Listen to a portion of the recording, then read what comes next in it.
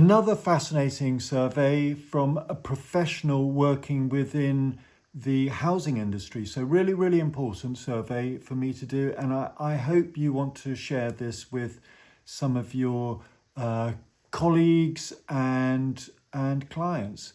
Okay, so we're talking about the external front, and if there was penetrating damp, you'd expect to see a brown stain, but it has been damp-proof, so it's going to hide it. But what can happen is the wall can become damp through render cracks, which is what I saw on the outside. Okay. So yeah, that should be the council's responsibility to but it's actually quite a simple thing to do. All they really need to do is fill the cracks, and it should be checked annually, and you need to check and tell them. Caulk is the best thing because it allows for movement, and then paint it over. But once it's cracked, it's always going to just crack again over time. Okay. You've got to remember that in this zone you've got, so this is a Victorian bay. You've got extra surface area on the outside, so you've got increased risk, or you've got increased heat loss, so increased risk of high surface relative humidity. You've got no heating here, but that's not a bad thing. But it's just an understanding of why you get extra heat loss here. Your curtains are also very long, and once they're closed, you're going to get the vapor moves through diffusion, and it can get in behind the curtain, but you won't get any of the heat because the curtain's stopping the airflow. So you're getting the humidity without the vapor without the benefit of heat. So that's why you're getting. Because I only got these a few weeks ago, just as temporary, and that may be why that's got worse. Has it only got worse? Well, there you go. Yeah, you can pin them up, so it's just. Yeah. But I mean, it won't look so good, but.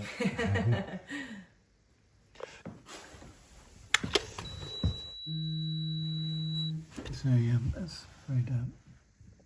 So this is using a thermal imaging camera where blue is colder than red and orange, white is the hottest. Yeah. So right in the corner you get a lot of heat loss, that's where the mould's growing. Okay. And mould grows where the surface relative humidity goes above 85% for a long period of time. Okay. So it tends to be where you're going to get the cold. And the reason it's cold there is it's got a huge amount of increased surface area on the outside, so it's naturally going to be cold. You're also not going to get the air currents because they're going to be blocked by the corner, and it's particularly at the base of the wall and at the top of the wall you get heat loss as well. But it's being made, it's been exacerbated by objects like the sofa, all of these things around here.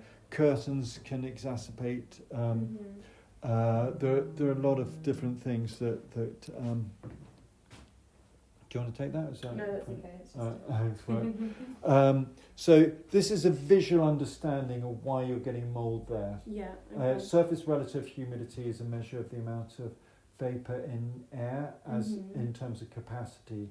So the warmer it is, the more vapor you can hold in air. Conversely, the colder it is, the less you can hold, until you get to what's called the dew point, which is when condensation forms. And so it's a fact. It's vapor is the primary factor, heat is the secondary factor, and mould will grow in the same environment as condensation. It's the easiest way of saying it, but actually it's roughly 3 degrees centigrade above the temperature that condensation will form up. I'll go and have a look in the bedroom now. So this is there's mould there, suspended timber floor, and so it's quite interesting to see where the hot water pipe is running. And actually, you look at these clothes are dry, but when you look at damp clothes, you'll see that they look cold on it because it's the vapor that's coming off that's creating heat loss. So you got a nice little pipe through around. So it's solid floor, but it was carpet on top. That was it. And that's your area. So this area is at risk, and I'm going to guess from looking on the outside that it was damp proofed up to this area. Okay. So that's why you're getting it there. It forms along the zone where it hasn't been damp proofed. That's not a recommendation to have damp proofing, because damp proofing just hides the problem, not solving it. And this, you're getting a lot of mould around this passive vent. I say the passive vent's fairly blocked up. I'm not a fan of passive vents because it's not. If there's no airflow outside, you won't get any benefit, and you just get the heat loss. Yeah. And it's a great place for mould to grow, as you can see here. And then, oh, hello, pussycat. How are you? You're actually not so hot. I know. So you often get mould. You get mould there because of the lack of airflow, and there's poor insulation, so it's only a thin section of wall there. Okay. So that's why you get it here, and obviously no trickle vents, but as I say, that's double-edged sword. Okay. Yeah, I thought that was blocked. I didn't see any sort of like airflow coming. Yeah, well, that's over time, and sometimes people just block them up. I mean, if it was tenanted, the tenants will block them up without insulation. Okay. The reason why the heated towel rails are the worst form of drying is it just speeds up the process of moving the dampness from the wet clothes to the cold wall. And if you speed it up too fast, even a dehumidifier won't be capable of removing that amount of vapour from the air. So it's just increases the risk of condensation and mould. Okay. So I had somebody who they had a dryer that fused. They replaced it with this and then tried selling their property a few months later. Yeah. And, they had damp showing up at the base of the wall everywhere. And, really? And, the buyer got in, one of the contractors, and I was brought in to defend them, but they were about to lose £10,000 just from using one of these things. So, okay, what's the solution? Is use a dehumidifier with a normal. Okay, cool. I mean, obviously, a dryer is better, but flat space is probably a limit. So. Okay. Oh, I also want it to stop. So that's up. So it's showing. This is the new fan. It's showing 9.5. I wonder why. I'll have a look and I'll adjust the timer. It should be 15 litres a second for bathrooms. I mean, it may be that. Is it going through a porcelain duct on the outside? Probably is. Which would account for it, but you can compensate. Just want to keep that door closed at all times. Yeah. Do you do that? Yeah. Okay, good. So you're only getting 10 or 9 point something because do you see how much porcelain there is stopping the flow of air, and it's just restricting it. And you should replace it with a flap like that, but don't worry too much so long as you keep that door closed at all times, and just monitor internal vapor. Sure. But ideally you'll have a flap with a round, a circular duct out. And how much would that cost? Oh well, in truth, you have to get somebody to drill that out. Yeah. I mean, if somebody's got the right kit, it will take them half an hour to do it. Oh, okay. But you want to have a few jobs. It's difficult to get builders to do anything these days. You've had damp proofing treatment. You see these dots here? Yeah. It's a sign of damp proofing treatment. You've had it. Oh, you said it was damp proofed anyway. Yeah. Yeah. Well. So it said the survey picked up. Yeah. Okay. This green here suggests to me that water is overflowing somewhere. It could be just the natural rainwater is bouncing off this. Yeah.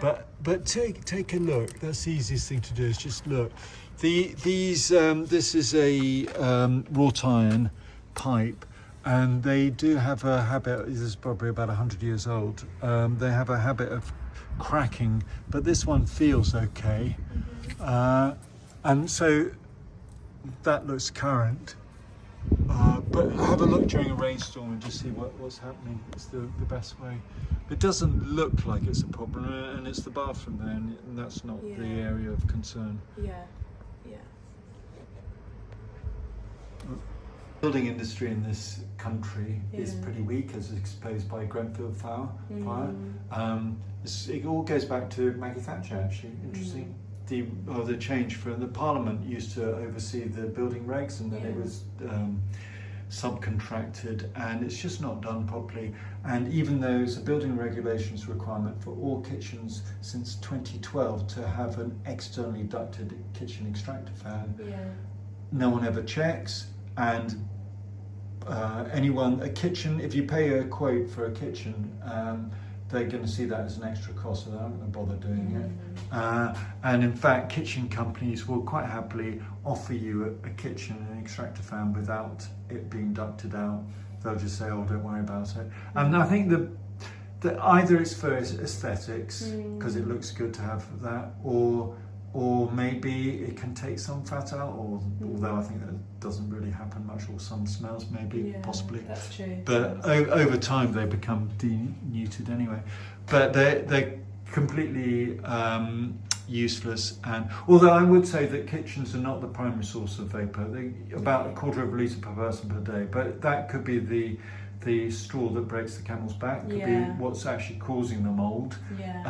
Especially you've got I know you haven't got open plan, but if you have the door open, if you have friends over, and that door's often open apart from when I'm cooking, but other than that it's always open. But I'm going to recommend you have a duct put out. Are you share freehold here, or? Yes. So you just have to ask your permission from your neighbours, but they're not going to say no. So I'm leasehold for a freehold, so the council's my freeholder.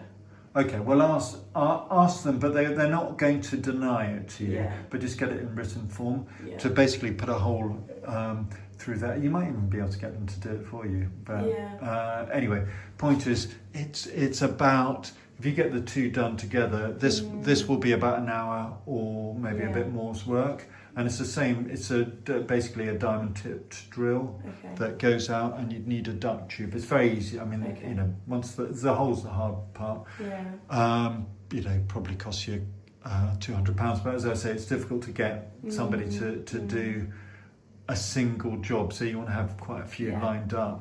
And would it be maybe you don't know, I can look into it, but obviously the freeholder is responsible for the external building and like the structure of it. Would that have been their responsibility to make sure that there was an extractor fan duct? Or would that No, for many different reasons, but not least because when the property was divided up and the lease sold, it wouldn't have been a building requirement. And the way that we've changed, our living has changed so much since then. We all love long warm showers and probably 2 a day. People used to bathe once a week in the old days. We wash our clothes much more than we ever used to before. We love heating. We got double glazed windows, so these double glazed windows, you don't have trickle vents in them, which in my opinion it's not a big difference, but it means that you get no natural ventilation, so you have to create artificial ventilation in bathrooms, kitchens, and then dehumidify and monitor internal relative humidity. So trickle vents would be installed in the windows? You can retrofit them. Oh, you can. But they're not brilliant, and a lot of people... So you retrofit them at the top, and you put like a whole series of holes, but you need to make sure that all the way along you find people put in 1, 2, 3, and it's more or less useless. But in my opinion, it's better to just do it manually by opening it up a little bit. Yeah, that is unlocked already. And just, you don't have to have it the whole way, but just have a little bit and manage it that way. Trickle vents are a bit of a double-edged sword because over time they lose airflow through spiders and just dust and debris and detritus, and you can end up with thinking that you've got a source of airflow but not having any, and you can get plumes of mould growing around trickle vents because they cause heat loss without the benefit. Whereas if you're if you're aware, I think that's the starting point for dealing with any mould, is being aware, and and the data loggers are going to be your friend for that. They also, the other thing is that a lot of allergies are associated with high levels of humidity. They normally comes from dust mites, and they grow in the same environment as mould. So if you've got mould, you probably have dust mites, and actually getting rid of the carpet is a long way to solving that. I don't know whether you have allergies. I've had to get an inhaler since moving in. Well, there you go. That would be the dust mites. Yeah. So getting rid of that carpet will help, but I would do a lot of things. I would, wherever you've got carpet, vacuum, especially around the cold zones. Turn the bed clothes daily, so pull them down the bed and then turn the pillows daily. Wash sheets weekly, I'm sure you do anyway, and if you can, turn the mattress weekly. Until, after about 6 months, 9 months of being dry, low humidity. The other thing is that I'm going to get you to bring the dew point below the external temperature. It's called Dew's law, and if you do that, you will drop the internal relative humidity, which means that it will be drier. So in winter, a cold property feels colder when the relative humidity is high. When it feels when it's dank, it naturally feels colder, and you naturally want to turn the thermostat up. Conversely, if you bring the humidity down by using ventilation and dehumidification, you'll find that you can reduce your heat consumption, you can reduce your carbon footprint, so it all goes in the right direction to solving two problems at the same time. Yeah, that's good. Or three even. That's good. So if it were me, I would remove this passive vent and put in render on the outside. I'll have a look on the outside anyway, and then insulation. Probably you can look at the dribble marks there. It can be any form of insulation, but epoxy, expandable epoxy foam works. Expandable foam, and then obviously you'll have plasterboard, and then just a bit of plaster on there. You've got a bit of a crack there, so there's a reason to put a finishing coat of plaster on. But the important thing is to be well insulated. Okay, so the insulation would be a kind of damp proofing. Well, not really, but the insulation is just because what happens often, I go to properties where they've had the chimney removed or something, and it's not properly insulated, and you get a zone what's called a thermal bridge, and you don't want that to be a thermal bridge. So it's not a form of damp proofing, but it will reduce the damp zone there. But then it's not going to get rid of the vapour, which is your root cause of your damp here. So the vapour being like bathroom, kitchen, drying clothes, respiration. Not much we can do about that, but just acknowledgement that if you've got no airflow, that you have to use other techniques like dehumidifiers and so on. Sure. I'll put a link through to it, but these it's called Dr. Meter damp meters, and even though you've got condensation dribble marks there, that's not damp. But if we look in the corner next to our friend, hello, do you mind? Yeah, it should be. So that's now showing 100%. And you can use this as a really good way of finding out whether, following my recommendations, the wall dries out. I like to think of them as being dry meters rather than damp meters. You see, it's dry down here. Now, a damp proofer will say, "Oh, that's evidence that damp proofing treatment works." Well, the trouble is that it's not dealing with the root cause. You can feel the slight disruption there. It's not dealing with the root cause of damp, it's just blocking it.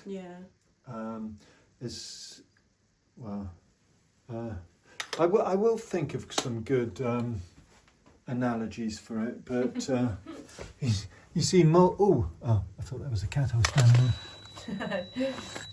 on. So that's 100% down there. That's 100% down there. But that will be surface dampness rather than deep within. So that will be condensation that's been absorbed deep within the wall, and may be causing interstitial condensation where the condensation is actually taking place within the wall. But either way, it's absorbed deep into the wall, whereas that will be surface, because you've got a slurry, impermeable slurry that damp proofers use. Okay.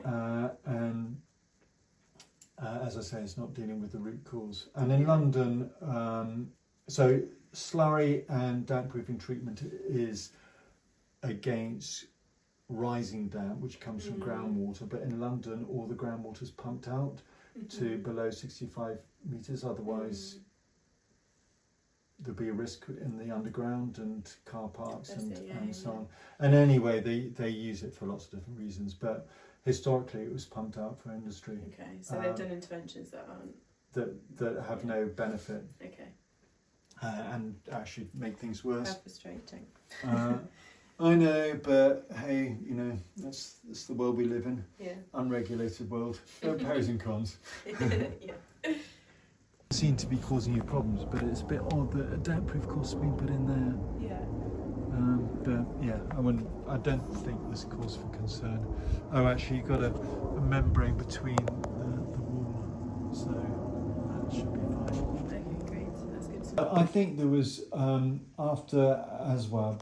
There was obviously a big outcry and it was a terrible situation, but there's been I think a lot of misunderstanding about each party's role within the tenancy and landlord, and I obviously encourage tenants and landlords to work as teams, because I deal with a lot. They tend to be relatively higher end, but I have been to the sort of council ones that you're talking about, and I always think it's important to work as a team, but landlords should make sure that the bathroom extractor fans are working, the kitchen work, and that there's some form of dehumidification or ventilation for drying clothes. But as you know yourself, you can be an owner occupier and not be aware of the shortcomings in your own property. You wouldn't have known that your bathroom extractor fan wasn't working well because of the porcelain grill on the outside. Yeah. And most landlords won't know that. So landlords should do something, and getting people like me out is a starting point, and data loggers is useful. But tenants also have to do a lot, and they also have to understand. And I think 90% is lack of understanding about vapour and the effects of vapour and dew point and all of those, and drying clothes internally without any means of dehumidification or ventilation is just it's tricky. It's tricky. Everyone has that problem, and particularly in London where we all live in. But yeah, it's getting the right balance. But I think education is a large part of that. Yeah. Not just intervention, but education. Education of the landlords, education of the tenants, and you'll never have a dry property without that. No, I mean all of the landlords do is come around and clean it and then paint over the top, which doesn't solve the problem. Doesn't solve anything. It just comes back. Mould will grow over anti-mould paint over time. So I was wondering how, because I want to paint every wall basically. So I wondered how long it would be. 6 to 9 months. Is that really? It will dry out from the top downwards. Okay. Just as condensation builds up from the bottom upwards. So, but you use the damp meter to tell how it's drying out. In terms of the salt disruption to the wall, that's just superficial. Those salts are calcium sulfate salts that come from plaster. Okay. It's the old name for calcium sulfate. It's gypsum, and basically that's the And that's where the paint's come away. That's where the paint's coming away. Yeah, okay. So you just need to sand that down. There's nothing particularly special that's needed. Nothing to worry about. Sand it down, and I would, if you're keen to just get on with it, what you can do is start painting now, but be aware that you may have to repaint later on. Okay. Or leave it 6 to 9 months, or somewhere in between. What percentage would you I would be advise? looking for, so the standard wall, with that particular metre, all metres are different. There's a glint there, but I can't, don't know, is it a snail or something? Oh yeah, it was. I don't know. I think my cat brought in a slug. Oh, right, okay. And I noticed that the other day.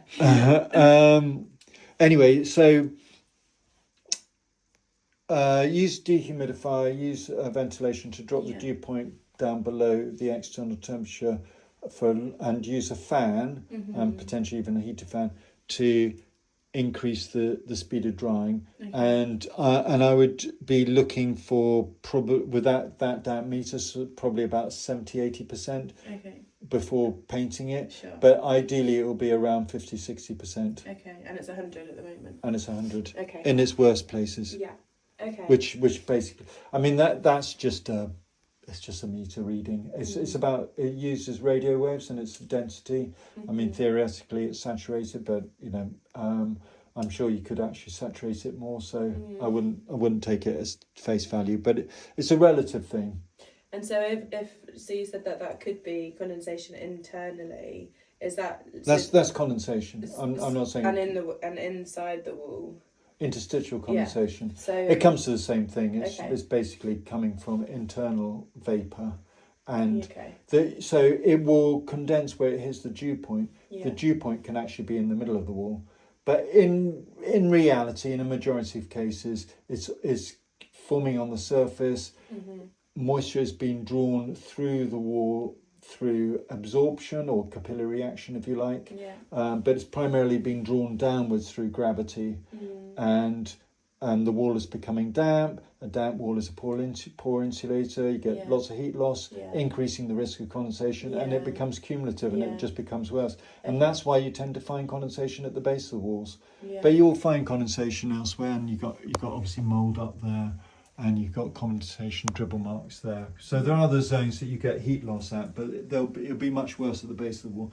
With a solid floor, concrete solid floor, you're going to get condensation on the floor itself. And because the floor isn't absorbent, it will be amplified up the wall, but it's still condensation. And so that's why it got so mouldy. That's just excess. Everything. Yes.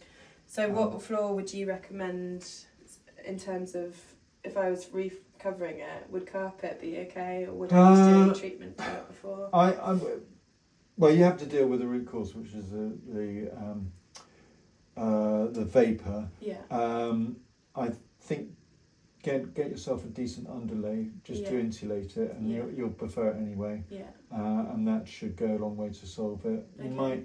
You might think of having a wood fibre insulation, but actually, you're going to get sweating from this type of floor anyway. Okay. So, but deal with the root cause, which is the excess vapour. And is there a risk of mould? Obviously, if I followed all of the managing the vapour and all of the solutions that you suggested, is this floor, should I be putting carpet on top of this floor, or is there another flooring that would be better? Just because of the fibre and mould, I think it has to come down to your choice of material. So it's not you won't get a lot of water in the solid floor because it's impermeable. Okay. So the fact that you've laid something straight onto the floor that's previously had mould on isn't of itself an issue.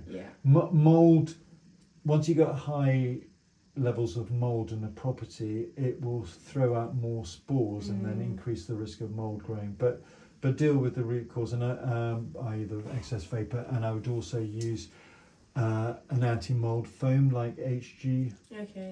That's my preferred one, but you know there are plenty of brands out there that do the same thing. I know you use vinegar, but I think for your purposes you need to clobber it. And on the floor beforehand. I'd be less worried about it. You can wash the floor with bleach if you want to before putting. It's probably not a bad idea to do that anyway.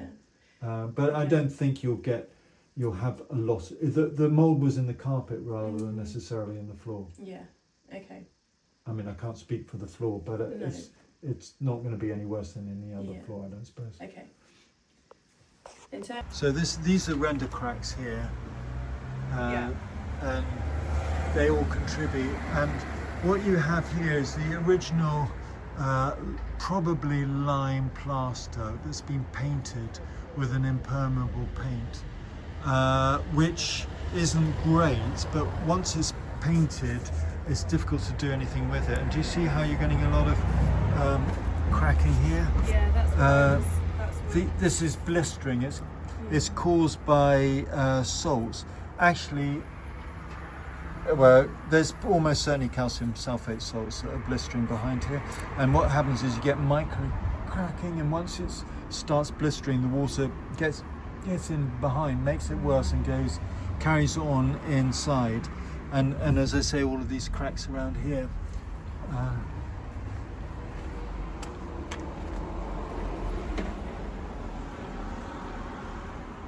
You've got a bit of cracking on the building, but that's probably because you're end of terrace and a bit of subsidence, well, a bit of a settlement, shall I say. So what needs to happen for that? Filled and painted.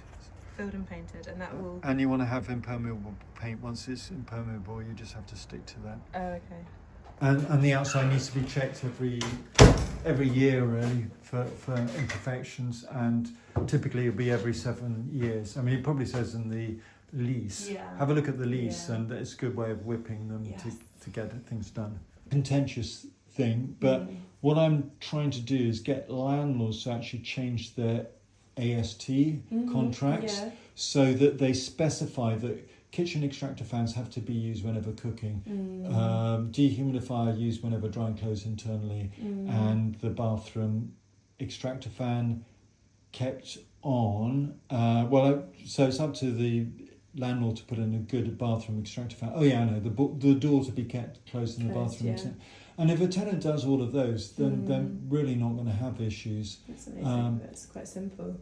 But it would be good to have it in the AST, and for the landlord to explain to the tenant or through the agent or whatever why, or even through my videos, why it's important and why they need to do it as part of their contract. Because there's only so much the landlord.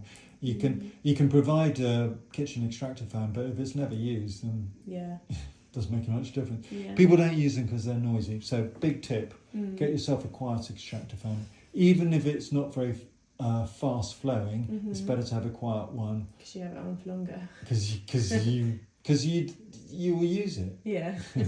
Otherwise they're useless. Talking about mould on material, and the reason why you get it on material is that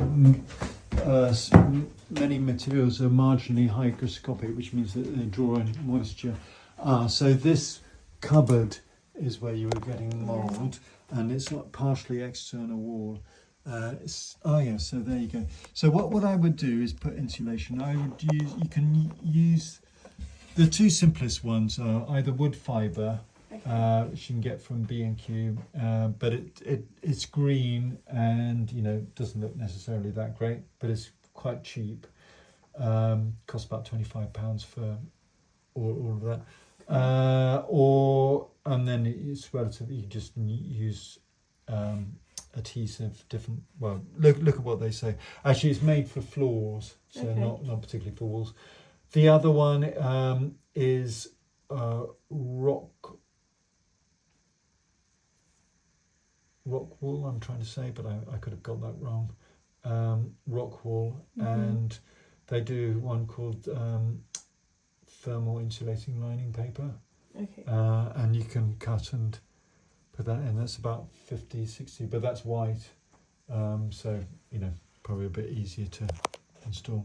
Risk with cupboards is twofold. One, when it's on an external wall, you've got the heat loss there.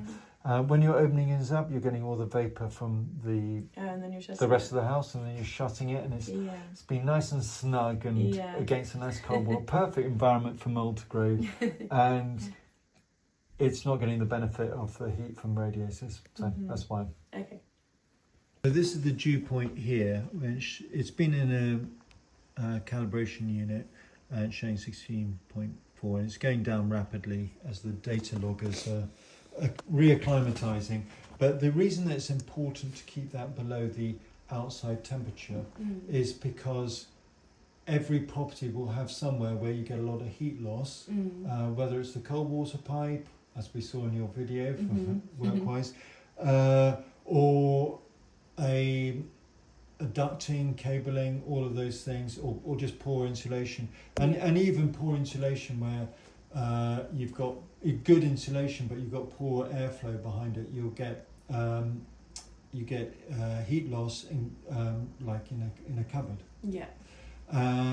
And it will drop down eventually to the outside temperature, and if you don't keep the dew point above that, then then you have a risk of condensation and mould. And mould needs longer periods of high humidity, but it will grow at roughly 3 degrees centigrade above the dew point. So if the dew point is 6, then you have a risk of mould when the surface relative humidity, where the surface temperature reaches 9. So if I show you, with this meter here, I can show you instantly what the dew point is, because it is showing the internal dew point is 10.7. So it is way too high at the moment. And if you look, I'll just see if I can find it.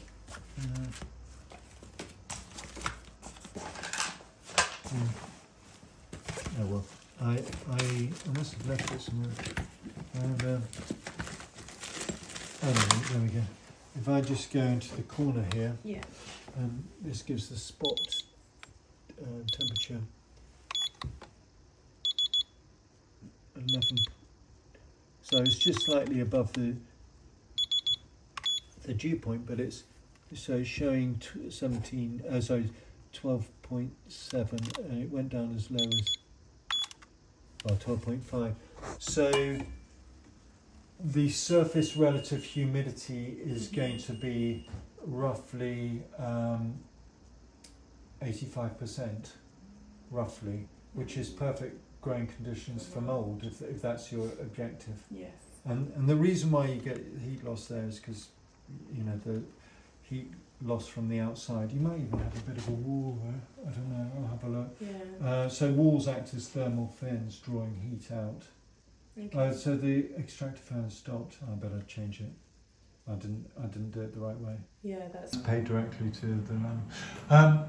Right. So what I'm going to do is, I think it's been more than 5 minutes, and it was continuing. And what I'm going to do is, I'm going to just show you how to solve it.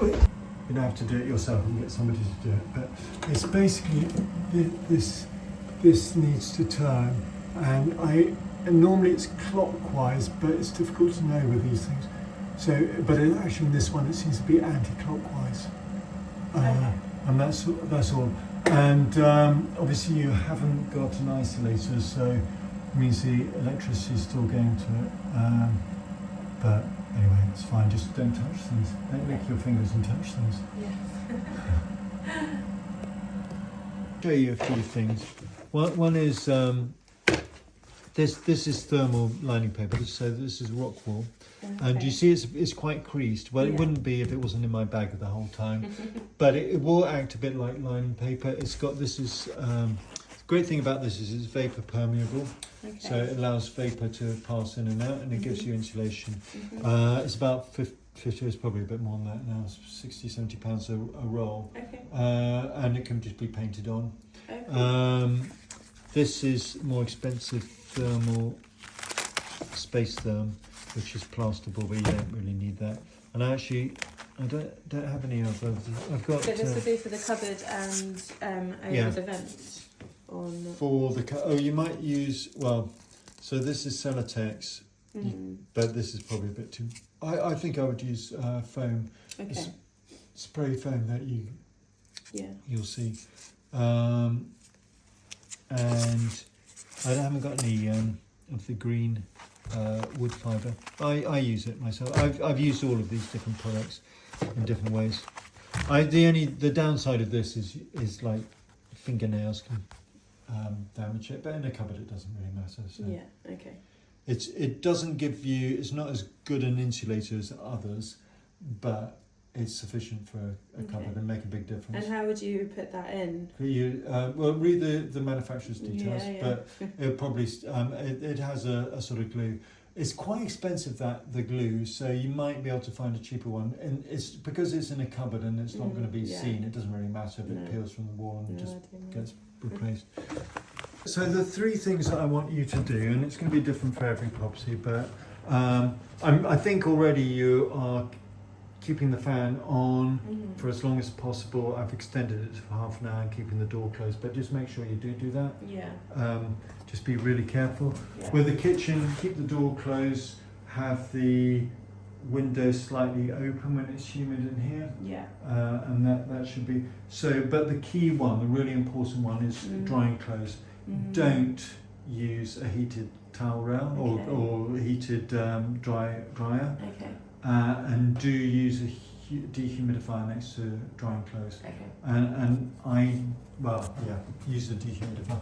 Look, I think your one is a good one. It's got the laundry mode. Yeah. I think that's 52. I'll just check it. It needs to be 20 litres per day.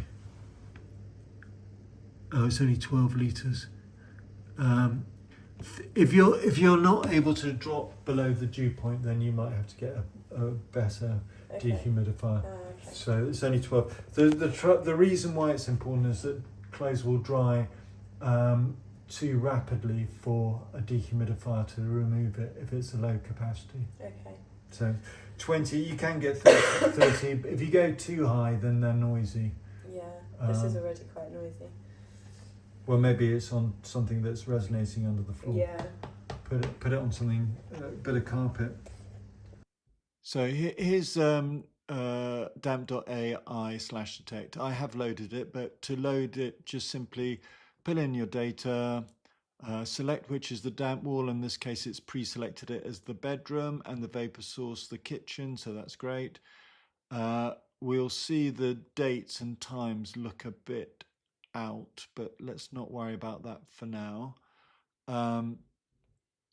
So it's been calibrated. The external data is already in there. This was the date of the survey. It's picked that up, and what we're going to do is it was 2 p.m. So actually, I don't think this has been updated.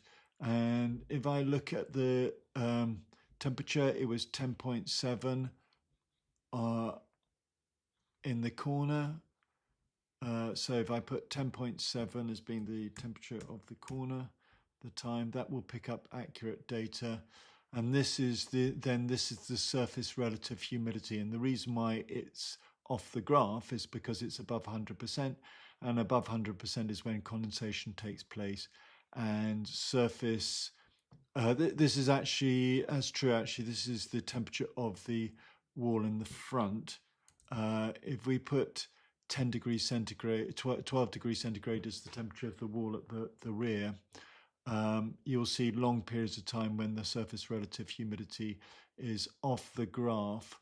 And the reason for that comes down to this line here. This is the dew point line, and it's comparing the dew point line to the temperature of the wall, and also comparing it to the outside dew point, which is this light blue line, and the outside temperature.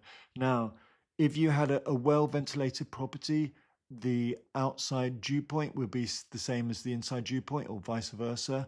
That's because all the internal air with the internal vapor would be replaced with the external air with the external vapor. You don't actually need to have a perfectly ventilated property to avoid condensation and mold. You just need it the internal dew point to be below the outside temperature at all times. And it obviously it clearly isn't. So we can zoom in even at a certain period of time and have a look at more data. But really, you asked me 3 questions and I'll answer this here. One is whether putting a cover on the dryer would make any difference. No, because it's not removing any vapor from the air. The second one was why the bedroom was particularly damp and mouldy compared to the bathroom and the kitchen. And that's because the bathroom and the kitchen are probably warmer, have less heat loss, and therefore have lower surface relative humidity. Surface relative humidity is caused by both vapor and temperature, and if it's a low temperature you'll have higher surface relative humidity.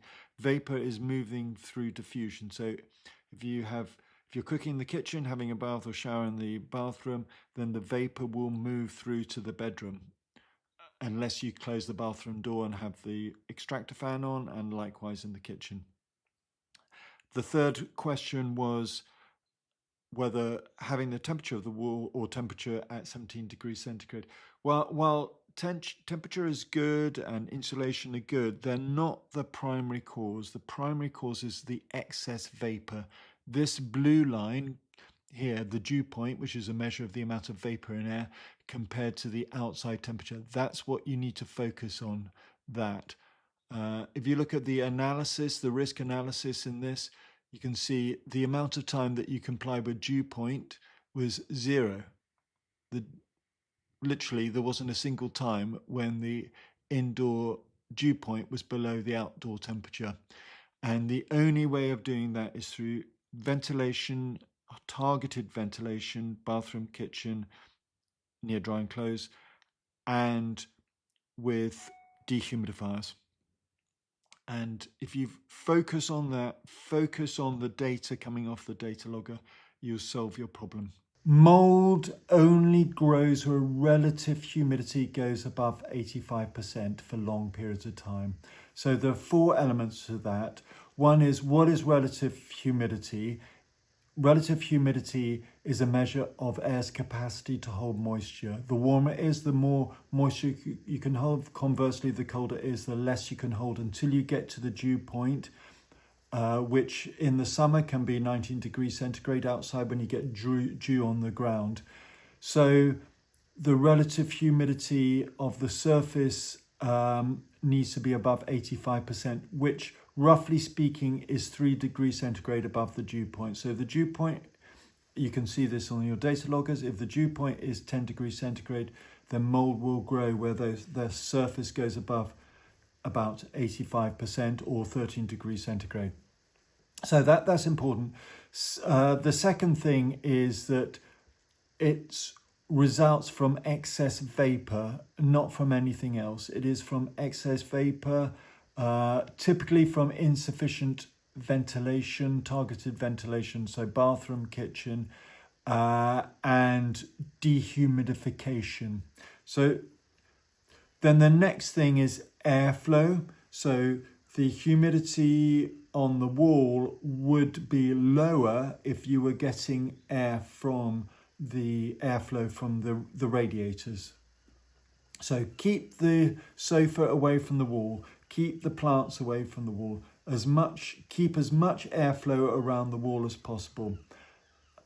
The fourth thing to think about is insulation. So those bays are really poorly insulated because there's a lot of external surface area. So think about insulating those bays. You may use targeted insulation. You may just use a little bit of insulation. In cupboards, you may use something like wood fibre, which isn't visible, or you may use thermal lining paper. The other one is about monitoring. Monitoring using the data loggers. Always keep the internal dew point below the outside temperature. Unless you do that, you're going to run a risk of mould and condensation, which you're having the same thing. The other thing to be aware of is the key issue with mould is not the mould itself generally. It is the dust mites that colonize in the same location as the mould. So you want to, while you're in humid conditions, you want to vacuum around the edges where it's the coldest. You want to turn bedclothes over, turn the pillows over, pull down the duvet, turn it over, wash the sheets weekly, and think about turning the mattress weekly. That will reduce the amount of dust mites, and don't leave things like clothes and anything else close to the walls, because you'll get dust mites in those as well. So those are the key things. I really love it if you can tell everyone to come and see this video. I want it to be as informative as it can be. Look at the thermal images. That will give you a clue as to why it's happening there. It's not the root cause is always the excess vapor, but a compounding factor is heat loss. Every property has somewhere with heat loss, whether it's the cold water pipe, whether it's a zone between insulation and a sofa, which acts as insulation. Everyone has it to some degree. So in conclusion, the root cause of the dampness in this property is excess moisture. So the root cause of mould and dampness in this property is insufficient ventilation, and to some degree I improved it, but I think the problem is with the external ducting. You're never going to get a good flow of air unless you replace the porcelain. I will put in a kitchen extractor fan, but in the short term cook with tops on pots and pans and keep the kitchen door closed, window or door open when it's humid. Use the monitoring equipment, move things away from the wall, use HG spray to reduce the amount of mold growing on walls, and the last thing is just monitor and use the data logger. I'm going to be updating the files shortly, but in the short term, just use the data logger to know where you're at. And you can see it on the app. You can see the dew pointer on the app. Always keep it below the outside temperature. Look at bbc.co.uk/weather to see what the outside temperature is in your location at any time. Thank you very much.